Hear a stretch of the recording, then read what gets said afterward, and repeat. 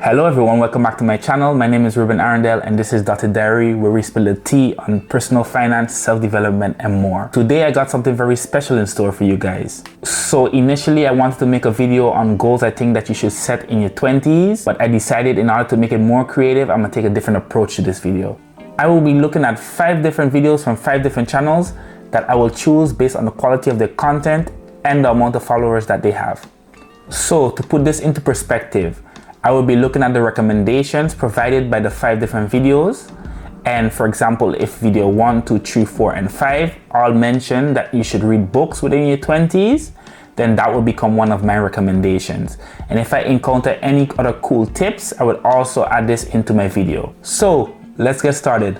Drum rolls. And the channels that I choose to source in this video are...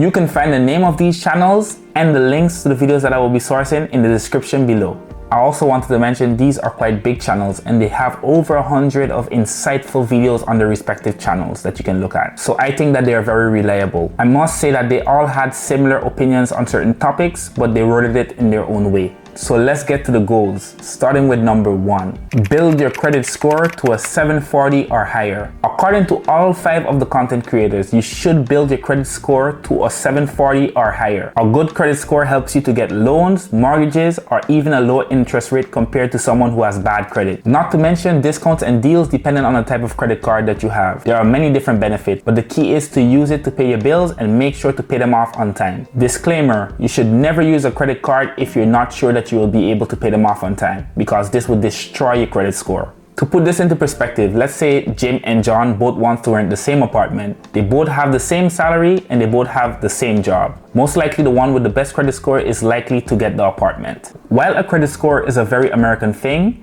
in many other countries, lenders also consider one's ability to pay off their credit card on time when considering someone for a loan.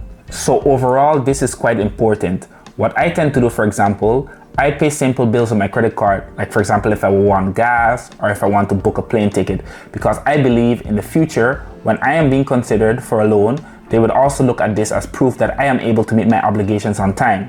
So in your 20s, build your credit score and a reputation to meet your financial obligations on time. I promise you'll thank me later. And the second one on this list is get rid of bad debt.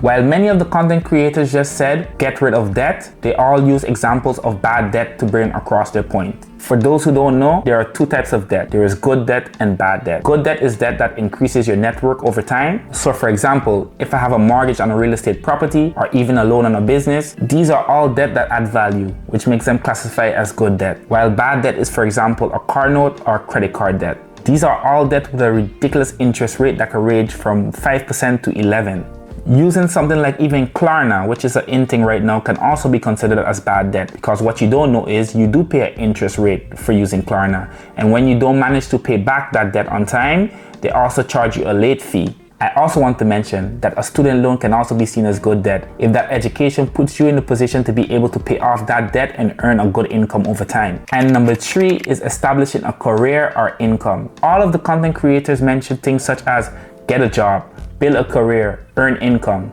At the end of your 20s, you should at least have a sense of direction of what you're interested in and a way to earn a stable income.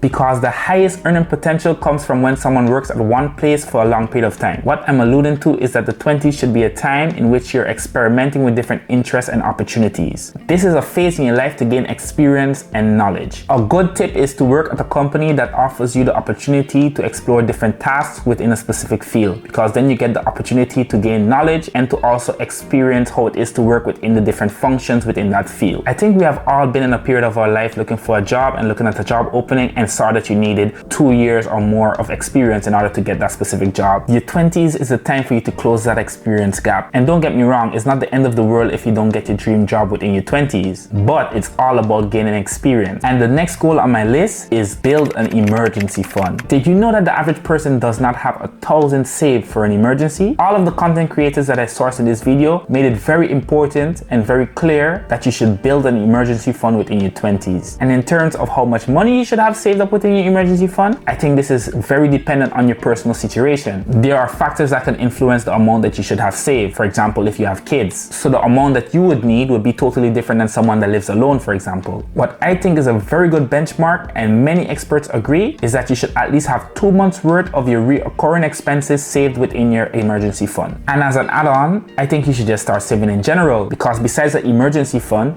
you should have a cushion of money in case you have an unexpected expense. In the case of someone with kids, what if your kid just needs something out of the blue? It gives you a peace of mind to know that you have a sum of money saved up in case you just have an unexpected expense. And for the last goal, one that is very belangrijk, which means important in Dutch, is to invest a portion of your income.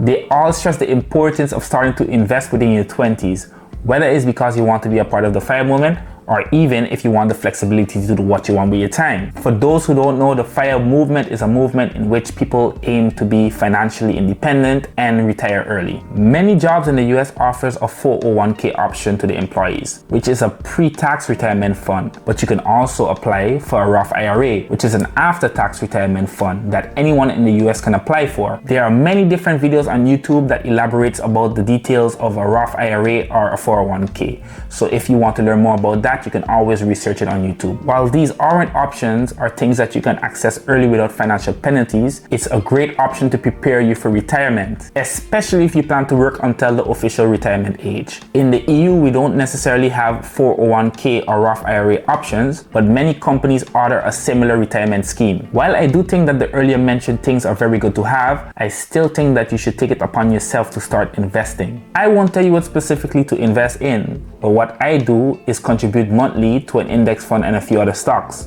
which I do because I want to get that compound interest ball rolling. I think a very underrated factor that many content creators forget to mention is that the amount that you should invest solely depends on your personal situation. Some may manage to invest a large sum while others can't, but I still think the key is to start investing, even if it's a small sum of money, and invest consistently. Because I think in your 20s it's important to get used to the feeling of investing for the long term. It's a psychological change that takes time and practice to get used to. So your 20s is a nice time to build that commitment and consistency. Last but not least, I still have a few special mentions that I think you should take very seriously within your 20s, with the first one being invest in yourself. I know most of the goals that we talked about earlier are more focused around finances, but it's important to invest in yourself both physically and mentally. While I know the next one does not apply to everyone within their 20s, I know there are still many people that do this. In your 20s, you have to learn to not be dependent on your parents. It's important to learn to become independent and understand how to manage things yourself. If there's one takeaway that I hope that you guys got in this video, is that a credit card can either be your best friend or your worst enemy.